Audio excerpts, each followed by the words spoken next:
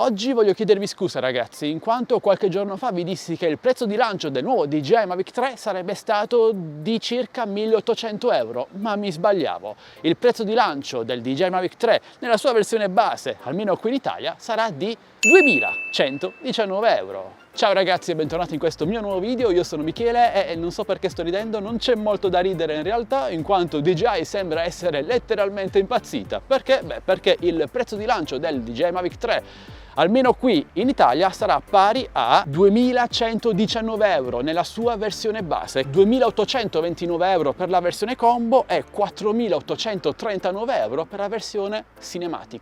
Cifre a mio parere totalmente assurde e non giustificate dalle novità portate da questo nuovo modello. I prezzi ufficiali sono trapelati grazie ad alcuni store online che hanno pubblicato sui loro siti, ora non faccio nomi per evitare pubblicità, comunque i listini, i prezzi dei vari modelli disponibili tra qualche giorno. Un prezzo così elevato lo pone in una nicchia di mercato davvero particolare. Non si tratterà più ovviamente di un drone hobbistico ricreativo, a meno ovviamente di non avere oltre 2000 euro da spenderci sopra, e non si tratterà tantomeno di un drone estremamente professionale, in quanto l'ottica è fissa e come ben sappiamo a fini professionali è molto importante poter cambiare ottica e poter scegliere cosa montare, che ottica montare sul nostro drone. Qui sul mio canale vi ho sempre recensito prodotti tecnologici alla portata di tutti e come potete ben capire un drone da oltre 2000 euro non è alla portata di tutti. Questo non significa che non ve lo recensirò, lo comprerò con calma quando avrò 2000, anzi oltre 2000 euro da spenderci sopra, in quanto io non sono un tipo da comprare da Amazon per fare resi eccetera eccetera, ma allo stato attuale delle cose non me la sento di consigliare un drone da oltre 2000 euro a chi cerca una macchina volante per farsi qualche bella fotografia o video durante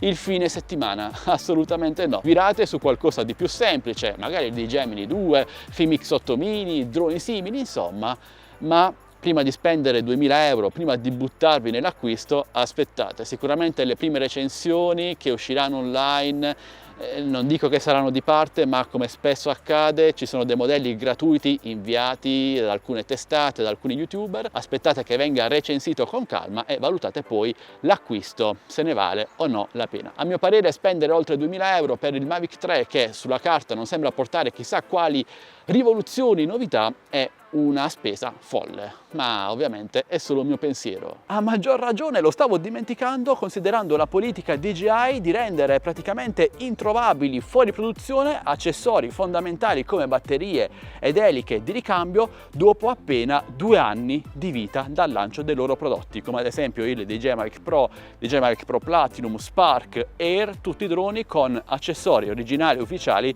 introvabili.